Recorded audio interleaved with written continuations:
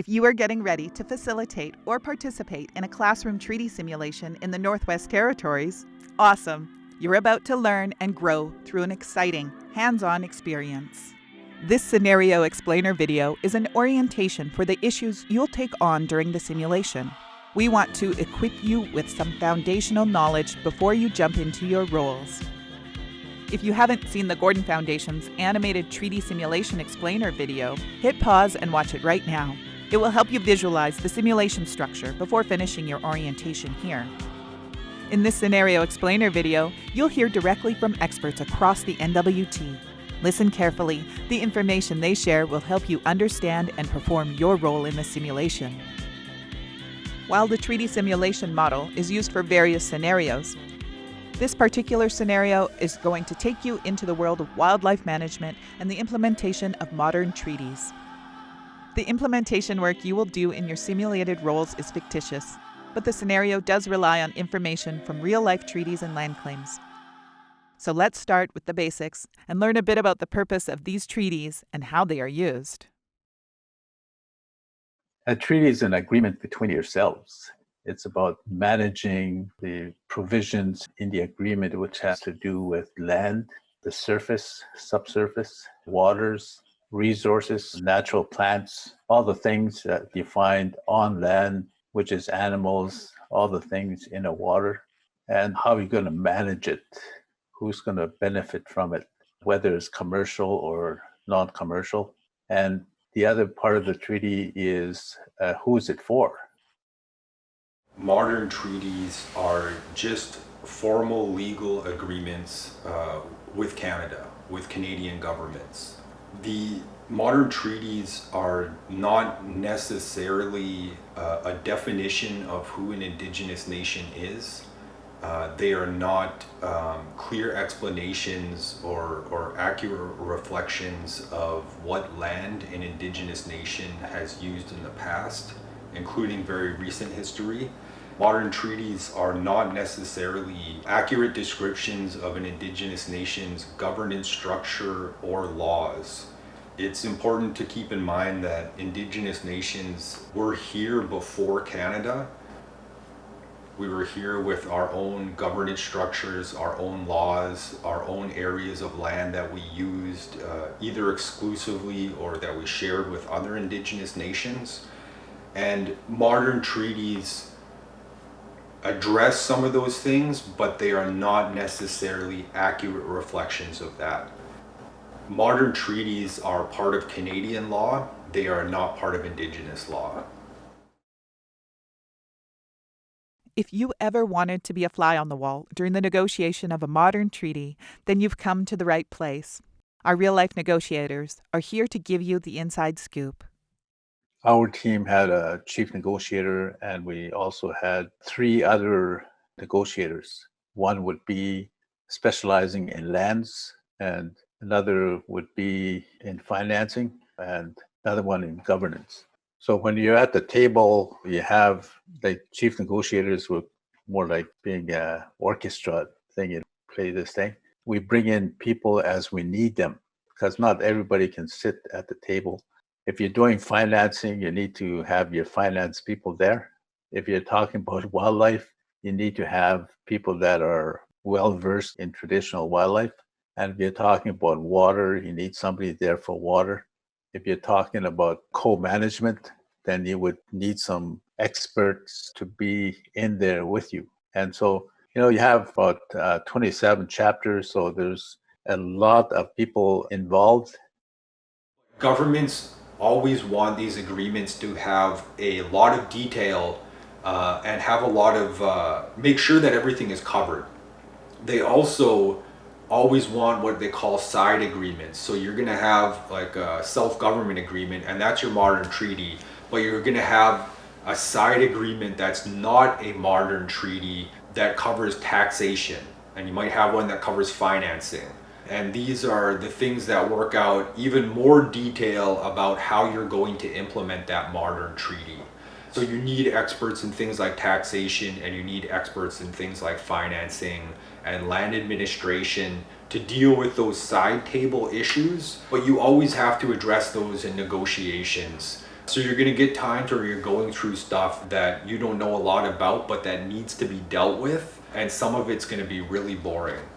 On other days, the negotiations can be pretty heated. You will disagree with government on a lot of things. And the things that government says and the way that they behave, either as a government and a country and a nation, the position Canada has may be offensive to you and your people. There's going to be times where you disagree and people are raising their voices and things get heated. That's bound to happen. When you're negotiating, it's a lot different when you're actually doing it. And I'm not used to be shy, and you're doing something good for your people. And when you're speaking on your people's behalf, sometimes you don't get always what you want. The approach that we take is probably more important. It's about bringing respect to the table because you're representing people that had faced a lot of hardship in the old days, and they never gave up. They kept on passing on the stories. They kept on passing on their experiences and their wishes for the future, for making the Western model more accommodating without having to continually try to fit us in. That we come as we are, and that's what we're going to recognition for. Now that you have a handle on some modern treaty basics, we can dive deeper into your orientation. Let's find out how wildlife is managed in the NWT and the role of modern treaties in this area. When you look at sort of examples of wildlife management under current treaties, I've always tried to come up with a concept and a solution on how to address it, or where to start at least. And we talk lots about industry being in the area and kind of displacing wildlife and so on. And the winter roads, for example, I always thought to myself, and listening to the elders, their knowledge so valuable. I used to feel a lot of pain when I see a 90, 100-year-old person pass away, and we didn't do a good enough job documenting their knowledge and their understanding of the land, water, air, plants, and trees. I always looked at and listened to the elders as that we were an element of that environment before the church governments came. They displaced us out of that environment. So there was a separation between ourselves and the land, water, air, and animals. And our understanding of the animals was so rooted in our traditions and our cultures and our everyday life. Over time, our knowledge got so strong with respect to the land and its resources, and our management of it was we just simply went hunting, trapping, fishing. And if we knew the animals or the species were dwindling, we stopped hunting and trapping, fishing in certain areas, and we just basically moved to a different area. We followed the animals, and we always know that animal will come back. So later on, maybe 2, 3 years, 4 years, 5 years, we come back to this area again, they should be back. And basically that was how we simply managed the resources. And a lot of it was all based on survival. Now we have these modern treaties that we're subject to with respect to how we hunt, trap, and fish. And we're part of that process now. And unfortunately, that process is a public board. Once your knowledge or your information is transferred to that public board, you no longer kind of own that domain.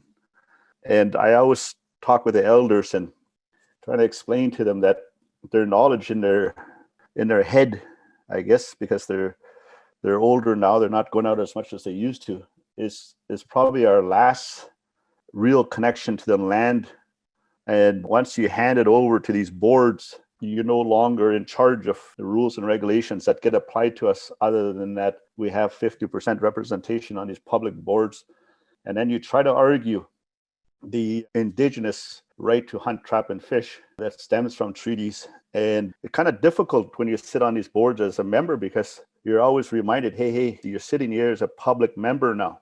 So when you speak, it's not only for the indigenous community, you have to speak for everybody. And all of a sudden, in my mind, it kind of diminishes the rights of indigenous people. There's provisions in these management boards now that give them the power to manage wildlife. And yes, you participate, but if you really look at the regulations and the legislatures and who make the law, it still goes to the territorial and federal government. And so there's still a lot of work. There's always this traditional understanding as to what we should be doing with caribou, which is the caribou will look after themselves. The caribou will tell us where they're going. The caribou will tell us what they're eating. And as long as we respect them, they will continue to provide for us.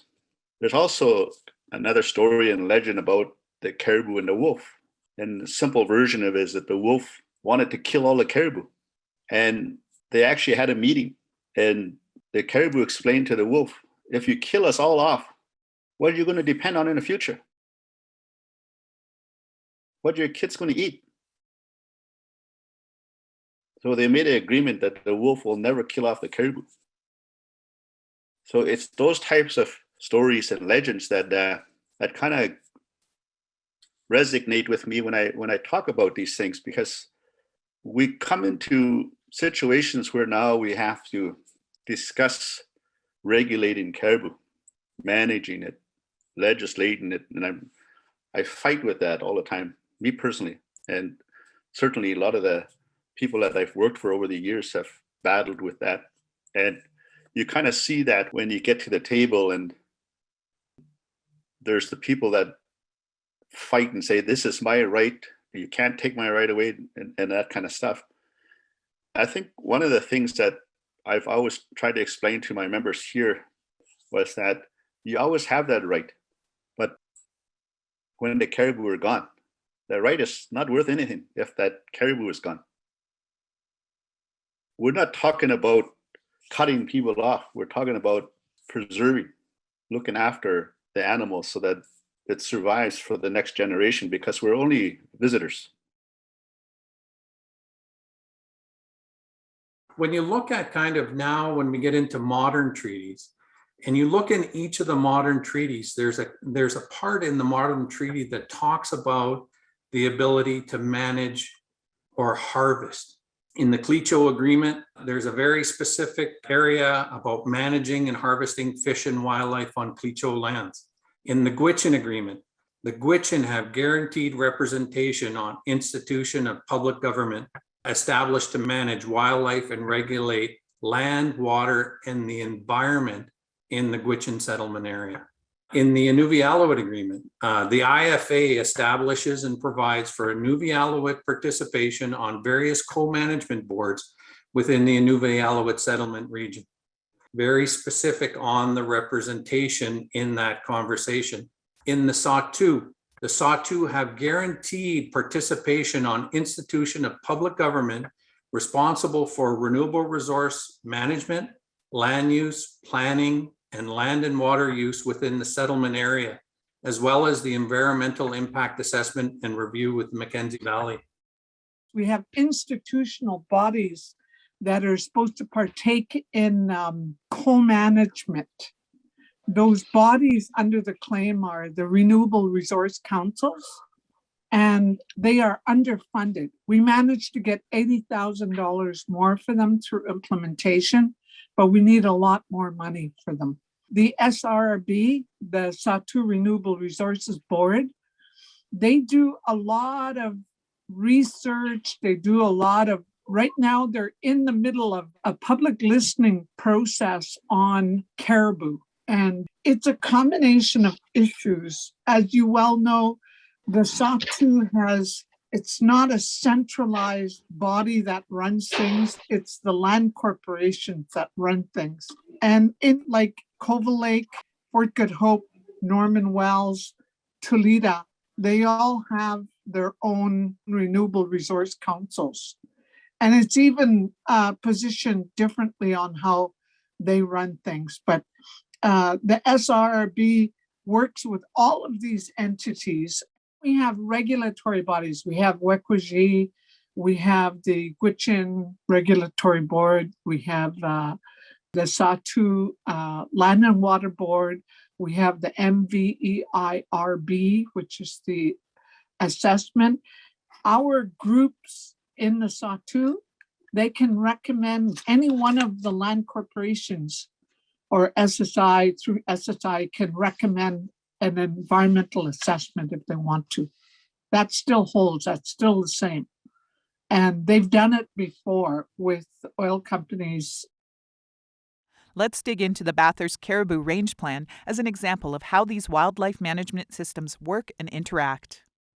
A project that I spent a lot of time on was working on the Bathurst Caribou Range Plan. And the range plan is a plan that speaks to the management of the Bathurst herd's habitat. So it's like a habitat management plan. And it was it took us 5 years. It's a long process. It was quite controversial. As you can imagine, managing land involves lots of different interests from many different perspectives. And we had 21 organizations around the table, including Indigenous governments, renewable resource boards, hunters and trappers committees in some cases, industry and environmental groups. And those were ranging from Nunavut, NWT, Northern Saskatchewan. So interjurisdictional and, all those parties at the table. There were different perspectives on how caribou are influenced by resource development and other factors that are impacting the herd. And there was lots of debate. The scientists don't even agree on what's going on and what are the prime factors in influencing caribou populations. There was a lot of acknowledging uncertainty, but not letting that stop us from moving forward and taking action. And I think that's, a really key area of consensus building. And there were a lot of roadblocks there. It took us a long time to get over that there's different evidence, I suppose. We had Clito government bring to the table research that showed changes in migration routes. Caribou were moving away from the mines and around the mines. And we had some science that supported that, but then we had other people saying, no, the science isn't solid. So being able to acknowledge our uncertainty and say, let's agree on what we know, and let's think about how we can move forward together. That's not easy. Once those 21 organizations sort of came to a point where we had a draft plan and we had something that everyone could live with. And when you talk about consensus, I can't remember who said this to me, but if you've got all your parties around the table that are equally unhappy, you've probably, you've compromised. And it sounds a little bit weird, but not everyone's going to be happy. When you compromise, you find a place where everyone can live with, that everyone's okay with. I don't know where I'm landing on that, but just a couple examples of how we operate and how we try to respect those processes of consensus building and compromise in order to try to do the right thing, to protect our natural resources. Coming to a consensus can be difficult, and the treaty simulation will involve the challenge of consensus building with your peers. After hearing from all these experienced experts, you are nearly ready to step into their shoes and take on your simulation roles. Before you go, there are 3 insights we want to share about the treaty simulation to help you get the most out of the experience. Number 1, this is a challenging simulation. Many years, sometimes decades, of work go into modern treaty negotiation and implementation, and your simulation takes place over just a handful of hours or days. You may not have time to get as far or as deep into the process as you would like, but this experience is meant to be a taste of the real thing. Let it whet your appetite, then keep learning and exploring. Number 2, figuring out your roles will be confusing at first. The simulation is all about the hands-on learning, so you will need to do the heavy lifting to get fully into your role. But don't worry, it's okay to be confused. You will get there. Just ask questions, explore new perspectives, and have some fun. Number 3, the treaty simulation is fictional, an imagined scenario dropped into a bit of real-life context. This experience is an opportunity to step outside the box and approach the scenario challenge with some imagination. While there is a structure to the simulation, there are no limits or guidelines on the ideas you bring into it or the creative approaches you want to try. Congratulations, you've completed your orientation. Have fun in your treaty simulation experience. You will only get out of it what you are willing to put into it.